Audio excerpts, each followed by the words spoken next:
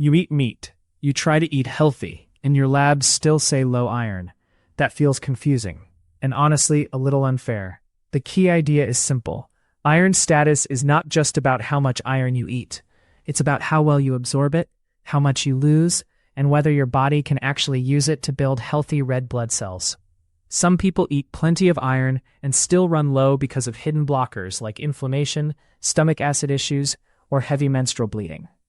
Others are iron deficient on paper because the wrong lab was checked, or because ferritin is being pushed around by illness or stress. In this breakdown, you'll get a practical mental model: intake, absorption, loss, and utilization. Then we'll walk through the most common sneaky reasons iron drops even with meat in your diet. You'll also get habits that are often fixable, without turning your life into a supplement schedule. Let's start with what low iron actually means in real terms. Moving to slide 2. When people say low iron, they often mean different things. There's low ferritin, which is your iron storage. There's low hemoglobin, which is when anemia shows up. And there's transferrin saturation, which hints at how much iron is actually available for making red blood cells. Ferritin is the most common early warning sign, but it's also tricky because it can rise during inflammation or infection, even if your true stores are low. That means you can feel tired, have hair shedding, or get short of breath, and still see a ferritin number that looks normal. Another common issue is reference ranges. A lab may flag something as normal, but it might not be optimal for you, especially if symptoms match. The practical takeaway is, don't rely on a single number. A more complete picture usually includes ferritin, hemoglobin, MCV, transferrin saturation, and often CRP as an inflammation marker. Now that we've defined the targets, let's talk about absorption. Moving to slide 3. Iron in food comes in two main forms: heme iron and non-heme iron. Heme iron is found in animal foods like beef, lamb, and liver, and it's generally absorbed better. Non-heme iron is found in plants and also in some animal foods, but it's more sensitive to blockers and helpers in your meal. Even with heme iron, absorption is not automatic. Your gut has to be in the right state, and your body has to want iron. That last part matters because iron is also fuel for microbes. When your immune system senses infection or chronic inflammation, it often locks iron away as a defense strategy. So you can be eating iron and still not getting it into circulation. Another detail people miss is that absorption happens mostly in the upper small intestine. If that area is irritated or damaged, iron can slip right past. So the question becomes, what's interfering with your gut and your iron signals? Let's start with one of the biggest. Moving to slide 4. Stomach acid is like the opening act for mineral absorption. It helps break down protein, releases iron from food, and supports the next steps of digestion. If stomach acid is low, iron from a steak may not become as available as you think. Low acid can happen with long-term use of acid-suppressing meds like PPIs, but it can also show up with chronic stress, aging, or certain gut conditions. Signs can be subtle: feeling overly full after protein, frequent bloating, or reflux that paradoxically comes from poor digestion rather than too much acid. This doesn't mean you should try to hack your stomach acid on your own. It means low iron plus digestive symptoms is a reason to talk with a clinician about whether acid suppression is necessary and whether testing makes sense. A practical habit angle is meal structure. Chewing well, slowing down, and not washing down meals with huge amounts of fluid can support normal digestion. Next, let's hit a major blocker that surprises meat eaters. Moving to slide 5. Calcium is important, but it can interfere with iron absorption when they compete in the same window. This matters if you take calcium supplements, drink large milk-based coffees, or eat a high-calcium meal right alongside your main iron-rich meal. The effect is not calcium is bad. It's more about timing. If your iron status is low, separating calcium-heavy foods or supplements from your iron-focused meal can help your body absorb more of what you're already eating. The same idea applies to iron supplements if you use them. Calcium can blunt their absorption too. Another sneaky source is fortified foods. Some people stack calcium-fortified drinks, yogurt, and cheese in the same meal and then wonder why iron doesn't budge. A simple fixable habit is to make one meal per day your iron meal. and keep calcium-heavy items for a different time. Next up is another classic blocker: tea and coffee. Moving to slide 6. Tea and coffee don't just wake you up. They also contain compounds called polyphenols and tannins that can bind iron in the gut. This is especially relevant for non-heme iron, but it can still matter overall if your iron is already borderline. The common pattern is drinking coffee with breakfast, then tea after lunch, and maybe another coffee mid-afternoon. If those meals contain iron, you may be repeatedly lowering absorption without realizing it. The fix is usually simple. Move tea and coffee away from iron-rich meals by about an hour or two, especially if you're actively trying to rebuild iron stores. If you love the ritual, keep the drink. Just shift the timing. Vitamin C is the opposite. It can boost non-heme iron absorption. So pairing iron foods with vitamin C-rich foods like citrus, bell peppers, or berries can help offset some blockers. Next, let's talk about something even bigger than blockers: iron loss you may not be counting. Moving to slide 7. For many people, low iron is less about poor intake and more about ongoing loss. The most common cause in menstruating people is heavy menstrual bleeding. If your period is long, very heavy, or involves frequent clotting, iron loss can outpace what food replaces, even with meat. Another underappreciated source is blood donation. Donating regularly is generous, but it can drain iron stores for months in some people. Then there's hidden blood loss from the digestive tract. Things like ulcers, hemorrhoids, or inflammation can cause slow loss that's easy to miss. This is one reason clinicians take low ferritin seriously, especially in men and postmenopausal women, where menstrual loss isn't the explanation. A fixable habit here is tracking. If you track cycle heaviness, donation frequency, and symptoms like fatigue or restless legs, you give your clinician better clues. Next, we'll cover a major hidden reason iron stays low: inflammation and the hormone hepcidin. Moving to slide 8. Hepcidin is a hormone that acts like a gatekeeper for iron. When hepcidin is high, your body absorbs less iron from the gut and releases less iron from storage. This can happen during infections, chronic inflammation, obesity-related inflammation, and some autoimmune conditions. It's a protective mechanism, but it can create a frustrating situation. You eat iron, you may even supplement, and the numbers barely move. This pattern is sometimes called functional iron deficiency, meaning iron exists in the body but isn't available where it's needed. Ferritin can look normal or even high in this case, because ferritin also rises with inflammation. That's why pairing iron labs with an inflammation marker like CRP can be helpful.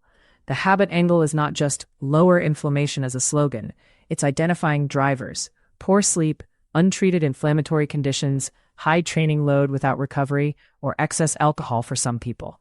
Next, let's look at gut conditions that reduce absorption directly. Moving to slide 9. If the small intestine can't absorb well, iron won't rise no matter how much steak you eat. Celiac disease is a classic example, and it can be silent, meaning you may not have obvious digestive symptoms. Other issues include inflammatory bowel disease, chronic gastritis, or infections that change the gut lining. Even after certain surgeries like bariatric procedures, iron absorption can drop because the normal digestive pathway is altered. Another common factor is ongoing diarrhea or very rapid transit time, where nutrients simply don't have enough contact time to be absorbed. The clue is often a combination: low iron plus low B12 or low folate, or persistent GI symptoms like pain, bloating, or unpredictable stools. The fix here is not a DIY elimination spree. It's getting evaluated so the root cause isn't missed. In the meantime, a practical habit is to simplify meals and notice patterns: certain foods, stress, or medications that consistently trigger symptoms.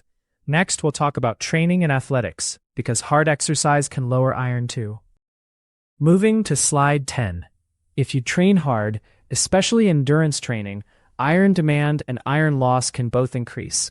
You lose small amounts through sweat, but more importantly, through foot strike hemolysis, red blood cells breaking down from repeated impact in activities like running.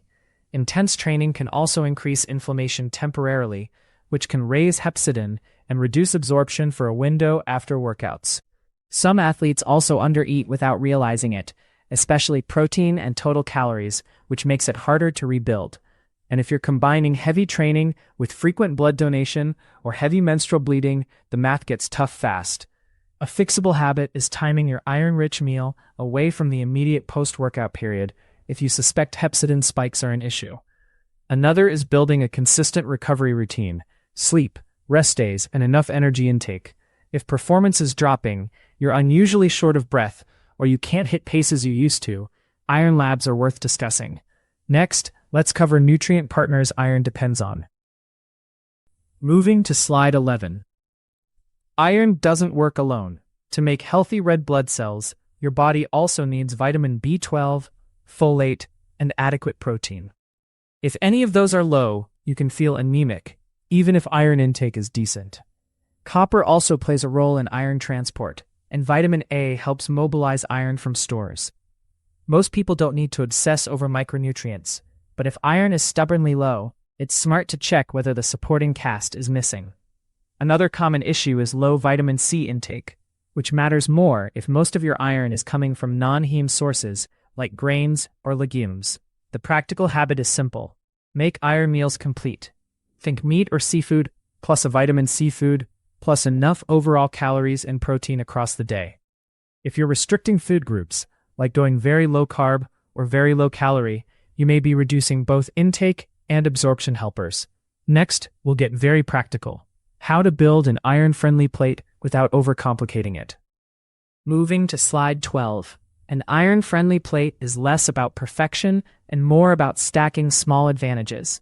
Start with an iron anchor: red meat, dark poultry meat, sardines, mussels, or a lean steak. Then add a vitamin C partner: citrus, kiwi, strawberries, bell peppers, or a simple side salad with lemon. Next, reduce the blockers in that same meal window. That might mean skipping tea or coffee with the meal and moving dairy or calcium supplements to a different time.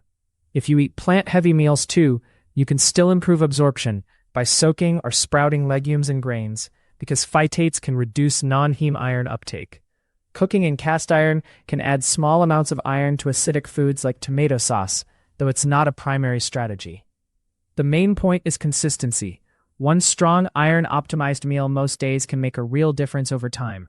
Next, let's talk supplements carefully, because they help some people and backfire for others if used blindly. Moving to slide 13. Iron supplements can be useful, but they're not a one-size-fits-all fix. Some forms are harsh on the stomach and cause nausea or constipation, which makes people quit. Also, taking too much iron when you don't need it can be risky, because excess iron can build up in the body in certain conditions. That's why labs and guidance matter. If your clinician recommends supplementation, timing and dose strategy can improve tolerance. Some people do better with smaller doses, taken less frequently, rather than a high dose every day. Taking iron away from calcium, coffee, and tea can also help. Vitamin C can improve absorption, but it can also irritate sensitive stomachs, so it's individualized. And if you have ongoing inflammation or a gut absorption problem, supplements may not raise levels as expected until the underlying issue is addressed. The practical takeaway: supplements are a tool, not the foundation. Next, let's cover when low iron is a red flag that deserves a deeper medical workup. Moving to slide 14. Sometimes low iron is a simple habit issue. Other times it's your body signaling something that needs attention. If you're a man or postmenopausal woman with low ferritin or anemia, clinicians often look harder for sources of blood loss, especially from the GI tract. If you have black stools, unexplained weight loss, persistent stomach pain, or trouble swallowing, that's not a wait-and-see situation. For menstruating people, very heavy bleeding, bleeding between periods, or symptoms that disrupt daily life are also worth evaluating, because treating the cause of heavy bleeding can protect iron long-term. If iron is low along with other deficiencies like B12, folate, or low albumin, that points toward absorption issues or broader nutrition problems. And if ferritin is normal but transferrin saturation is low, inflammation and hepcidin may be part of the story. The goal isn't to panic. It's to match the workup to the pattern. Let's finish by turning everything into a simple action plan you can actually follow. Moving to slide 15. Here's a clean, realistic plan. First, confirm what's actually low: ferritin, hemoglobin, transferrin saturation, and ideally an inflammation marker like CRP. Second, check the 4 buckets. Are you getting enough iron? Are you absorbing it? Are you losing it? And can your body use it with the right supporting nutrients? Third, pick 2 habit upgrades for 4 weeks. Make 1 daily iron-focused meal with a vitamin C partner, and move coffee, tea, and calcium away from that meal. Fourth, if you have heavy periods, frequent donation, intense endurance training, or persistent GI symptoms, treat those as primary suspects, not afterthoughts. Finally, follow up with repeat labs on a clinician's timeline so you're not guessing. If you want one simple question to remember, it's this: where is the iron getting stuck? At the plate, the gut, the bloodstream, or the lost side? If you found this helpful, subscribe for more evidence-based nutrition breakdowns. Comment A or B: is your bigger struggle fatigue or hair shedding? This information is not a substitute for medical advice.